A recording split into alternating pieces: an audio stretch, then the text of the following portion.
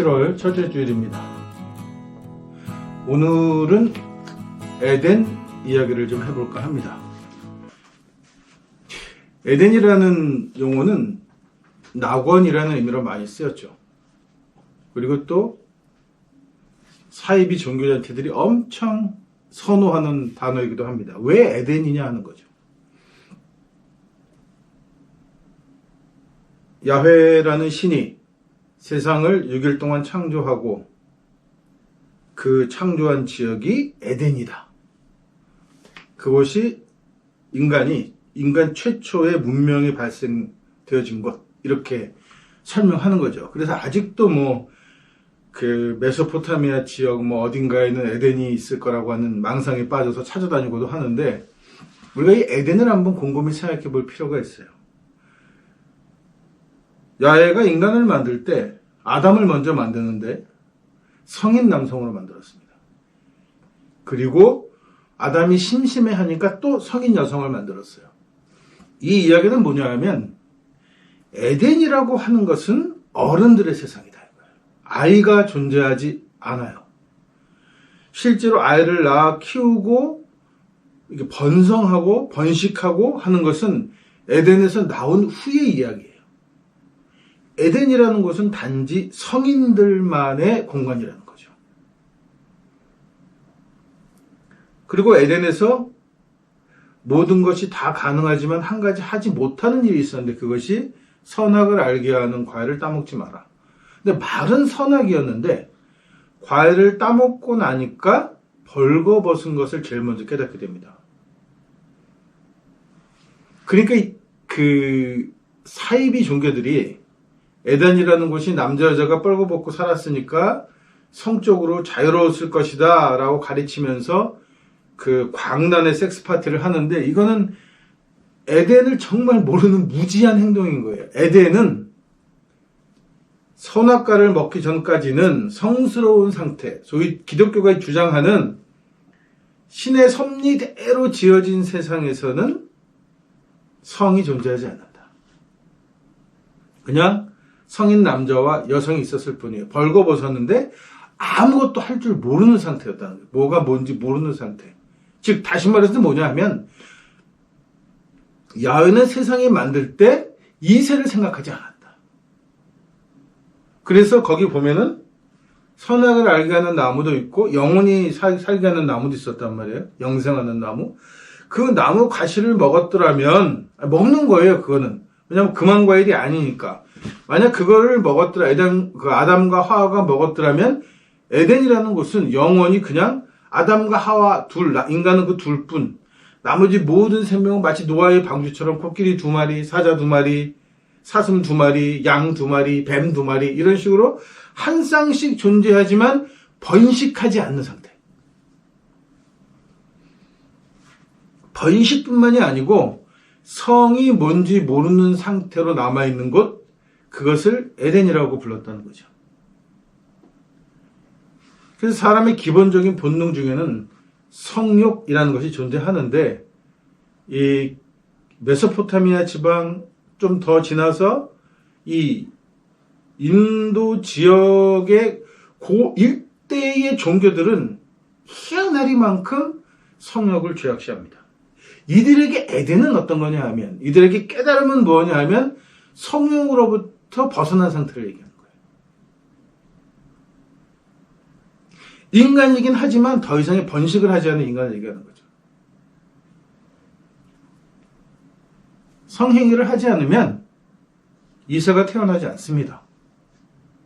그러니까 당연히 이세를 위해서는 성행위를 해야 하는데, 그 행위 자체를 부정하다 하고 그것으로부터 벗어나고 해탈하는 것이 대단한 도를 닦는 것처럼, 그것이 마치 기독교적으로는 에덴에서 사는 것처럼 이야기해버리고 나면 인간은 더 이상 번식하지 않고 종말을 맞이하는 거죠. 서구 문명이 대부분 그렇단 말이에요. 왜 끝이 그렇게 가느냐 하면, 본능이라고 설정 지어놓고 나서 그 본능을 악하다고 규정하는 기괴한 논리를 갖고 있단 말이에요. 왜? 당시 종교가 만들어지면서 이 종교들이 자기네들이 뭔가를 독점하기 위한 행동을 하다 보니까 엉뚱한 것들을 금욕시 시켰어요. 이걸 죄로 규정을 했단 말이죠. 그 중에 하나가 성이라고 하는 겁니다. 이거를 기독교 문화권에서 혹은 인도 문화권에서 이것을 죄악이라고 딱 정해놓고 나서 아이러니하게도 종교 지도자들이거나 혹은 권력가들은 일부 다처를 형태를 갖고 있어요. 자기네들은 성을 누릴 만큼 누리는 거예요.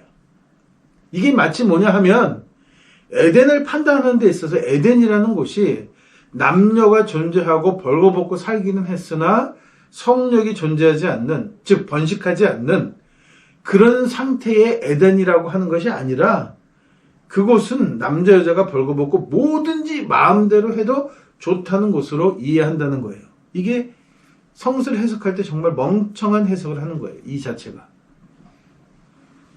에덴은 그런 곳이 아니에요. 에덴에서 쫓겨난 다음에야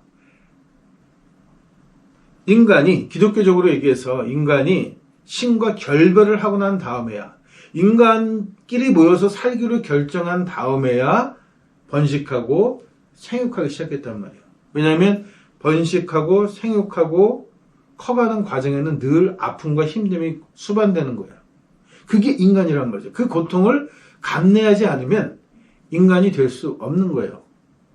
그러니까 이런 류의 기독교 문화, 이런 류의 철학류들이 결국은 중세에 들어와서 어떤 일이 벌어지느냐 하면 중세 귀족들은 아이를 키우지 않습니다. 낳기는 낳아야죠. 어쩔 수 없이 낳아가지고 키우지 않아요.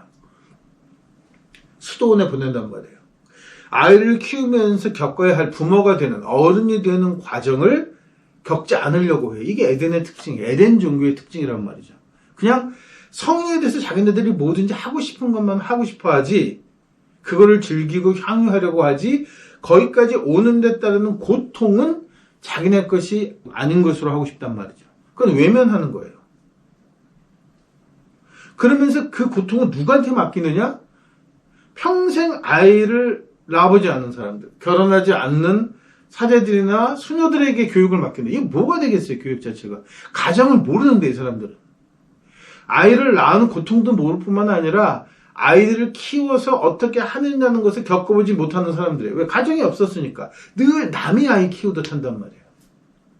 수도원이라는 게, 그리고 중세 유럽에서 발달한 기숙학교라는 게 그런 거잖아요. 자기 아이를 키우는 게 아니라 남의 아이를 키우는 사람들이 키워낸 문화다. 이러니까 공동체 의식이 없을 수밖에 없죠. 왜 이런 공동체 의식이 필요치 않냐 하면, 서구 문화는 공동체 의식은 신의 뜻을 따르는 것, 그것으로 족한 거예요.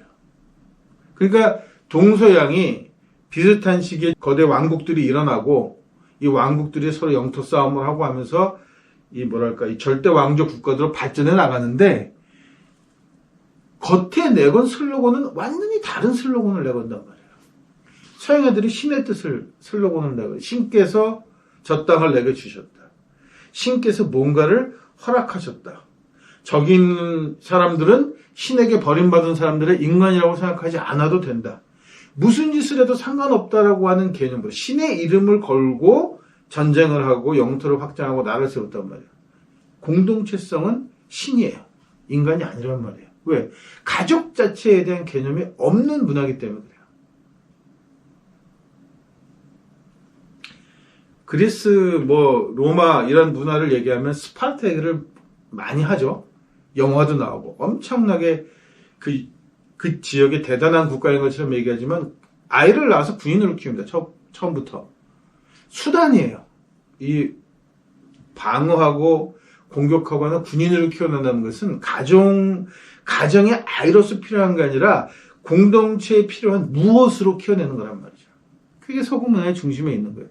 그들은 항상 무엇으로 키워내는 가를 굉장히 중요하게 생각해요. 반면에 동양에 오면 대가족 제도를 이루면서 여기는 공동체성은 가족, 씨족에 우선합니다. 혈족에 우선하는 거죠. 넘어가면. 그래서 씨족과 혈족의 이익을 위해서 전쟁을 하고 싸움도 하는 거예요. 개념이 아주 다른 거예요. 당연히 빼앗을 수도 있고 전쟁이니까 사람을 죽일 수도 있는데 우리와는 다른 종족이라서 우리와는 다른 뭔가 우리와는 비교할 수 없는 하등한 동물이라서 같은 인간이라도 공격하고 빼앗고 죽일 수 있다고 생각하는 것이 아니라 내 혈족, 내 씨족의 이익을 위해서 죽일 수밖에 없다라고 설명하는 거예요. 달라요. 서양은 그런 거 관계없이 내가 신에게 선택받은 민족이기 때문에 다른 민족은 아무것도 아니야. 이건 짐승하고 똑같아. 가축이나 마찬가지야. 다 잡아 죽여도 돼. 심지어 잡아 죽이는 것이 당연하다고 생각한 거예요. 그러니까 유대 역사에서 첫 왕이라고 부르는 사울이 야훼의 미움을 받은 이유가 어느 지역에 가서 그 지역에 전쟁을 했는데 사람도 아이도 동물까지 다 죽이라고 했는데 필요한 동물들이나 몇몇 가지를 살려 돌아왔다는 것 때문에 야훼의 미움을 받았다. 이렇게 이야기하는 종교란 말이에요. 이 종교가. 그러니까 얘네들은 차별하는 것으로. 그래서 제가 서구 문화라는 것은 인도 문화까지를 포함한 것이다. 그래서 서양 애들이 인도에 그렇게 열광하고 인도 문명, 인도 종교 막 드립하고 연구하는 이유가 거기 있는 거예요. 왜? 문화적 뿌리가 거기하고 이집트하고 섞여서 이렇게 혼합된 지역의 문화이기 때문인 거예요. 인도는 동양권이 아니에요. 엄밀하게 얘기하면 서구권이지. 그러니까 여전히 인도에 신분 제도가 존재한단 말이에요. 같은 종족인데도 피부색이 조금 다르면, 같은 종족인데도 태어난 출신 성분이 다르면 이거는 영원히 우리하고는 다른 것들이야. 그러니까 어디를 얘기하느냐? 이렇게 된 불만이 터지니까 살아서는 어쩔 수 없어. 니들이 인정해. 죽고 난 다음에 죽으면 또 좋은 신분으로 태어날 수 있어. 어떤 조건으로? 국가가 지정하는 일로 죽으면, 순교하면이라고 하는 게 되어 있는 거죠. 그래서 낙원을 흠모하게 하고 자기 나라나 혹은 조직을 위해서 자기 목숨을 바치면 그 희생으로 인해서 다음번 생에는 좋은 신분으로 태어난다고 하는 거예요. 명백한 정치적 사기입니다. 이 기본에 깔려 있는 거예요. 또 유럽 애들이 신화처럼 이야기하는 민족인데 그게 바이킹이죠. 바이킹. 아주 정말 유럽에서 해적질로 유명했었어요. 어마어마하게 싸움을 잘했습니다. 그 싸움을 잘한 이유가 뭐냐? 종교적인 이유예요. 이 바이킹들은 침대에서 자연사하는 것을 굉장히 수치스럽게 생각했습니다.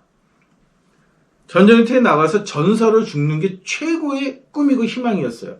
그렇게 전사로 죽어야만 낙원, 바랄라고 부르는 낙원에 가서 그 낙원에서 또 낮에는 하루 종일 싸우면 다시 다 살아나고 또 잔뜩 처먹고 또 다음날 눈 뜨면 또 죽을 때까지 서로 싸우고 그걸 낙원이라고 불렀단 말이에요.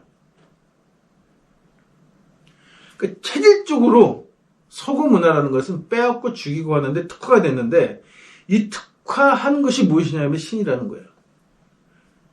이게 조금 이제 기독교는 르네상스 이후에 이 동방 문명이 들어오고 하면서 인간에 대한 개념, 가족에 대한 개념이 생기면서 좀 흐물흐물해졌죠. 여전히 야훼 종교가 판을 치고 있는 중동에서는 지금도 성전 이야기를 한단 말이에요. 신의 명령으로 이루어진 전쟁, 성전에 나가서 전사로 싸우다 죽으면 천국에 가는데 천국에 가면 결혼하지 않은 처녀가 몇 명이라든가 몇 명이 신부로 기다리고 있다. 그래서 이슬람권에서 여성운동하는 여성운동가가 그런 이야기를 합니다. 이슬람이 여성들에게 계속해서 순교를 요구하는 이유는 결국에는 처녀로 죽어서 전쟁터에 나가서 성전이라는 데 가서 쓸데없는 전쟁에 나가서 죽은 자들의 성놀이개가 되기 위해서 처녀로 죽으라고 하는 것이다. 이렇게 설명했단 말이에요. 무슨 죄가 있어요, 처녀들은? 사회적 제도와 억압에 의해서 결혼도 못 해보고 처녀로 죽은 여자는 무슨 이유로 천국에 올라가서 전쟁터에서 평소에는 개떡 개나발 같이 살다가 오직 성년이라는 이유에 참가해서 자살, 폭탄, 쫓기는 모든 뻥하고 터뜨리고 죽었다고 해서 그 사람의 부인이 돼가지고 살아야 되냔 말이죠. 그게 낙원이겠느냐는 거예요. 그게 에덴이겠느냐 하는 말씀입니다. 에덴은 철저하게 변질된 거예요. 원래 야훼에게 있어서의 에덴은 성인들만 사는 곳, 그러나 번식하지 않는 곳, 성이 존재하지 않는 곳, 무지한 세상을 뜻하는 거예요. 그냥 본능은 존재하는데 그 본능에서 가장 중요한 성욕이 존재하지 않는 곳이 에덴이란 말이죠. 반면에 문화는 그렇게 형성되지 않아요. 인간은 그렇게 번식하지 않기 때문에. 그러니까 그리스 쪽의 문화에 오면 로마 신화 같은 쪽으로 들어오면 신들이 문란하게 끄지없어, 성적으로. 그러니까 신들까지도 문란하니까 그것을 억제하는 것이, 그것을 금하게 하는 것이, 그리고 결혼하지 않는 게 뭔가 대단한 건 줄 알아요. 그쪽 종교들의 특징입니다. 성직자가 독신으로 사는 게 큰 자랑거리인 문화란 말이에요. 그 문화가. 그게 큰 자랑거리겠어요. 인간은 태어나서 자기와 닮은 후손을 남기는 것이 본능이에요. 그렇게 인간은 진화되어 왔고, 그것을 우리가 그렇게 행동하는 존재를 가리켜서 우리는 인간이라고 하죠. 사회적 동물이라고 부르는 거란 말이에요. 인간이 태어나서 나는 거룩해, 나는 깨끗해, 나는 오로지 신만 바라보고, 나는 그냥 평생 나 혼자 살다 그냥 죽어버리겠어. 이거를 인간이라고 부르지 않는단 말이에요. 이거는 사회성이 없는 거예요, 동물 자체가. 인간이라는 동물이 아니란 말이에요. 그러니까 문화적 차이가 있다는 것. 동서양이 분명한 문화적 차이가 있는데 그 문화적 차이가 무엇이냐는 것을 잘 모르니까 일방적으로 서구가 그동안 우리에게 식민지 교육이든 아니면 뭐 종교를 통해서는 우리에게 암암리에 전해진 것들이 그냥 당연하게 우리의 가치관이 되어버렸단 말이에요. 한국인의 가치관은 성을 터부시하지 않아요. 자연스러운 일이고 그 자연스러움이 정말 자연스러우려면 인간은 대가족을 이루면서 가족이라는 형태를 가지고 공동체성을 깨달으면서 살아야 한다. 저희 어렸을 때만 해도 할아버지, 할머니라고 아니면 3대씩 어울려 사는 집이 많은데 3대가 어울려 산다는 건 뭐냐 하면 더군다나 옛날식 가옥구조에서 3대가 어울려 산다는 건 뭐냐 하면 성은 굉장히 개방적이고 자유스러운 것이라고 할 수 있을지라도 장소가 마땅치 않고 상황이 마땅치 않아서 거기에 뭔가 조심해야 될 요소들이 존재한다는 것. 즉 다시 말해서 뭐냐면 더불어 살아가는데 무엇을 해도 되고 무엇은 하는데 조금 조심해야 하고 이런 일들은 저렇게 해야 하고 이렇게 해야 한다라고 하는 규범이 생긴다는 거예요. 그런 규범은 인간들이 스스로 터득해서 체험을 통해서 만들어져 가는 거지 일방적으로 신이 결정해서 이건 죄다, 이건 선이다 이렇게 결정하는 것으로는 해결되지 않는다는 말씀입니다.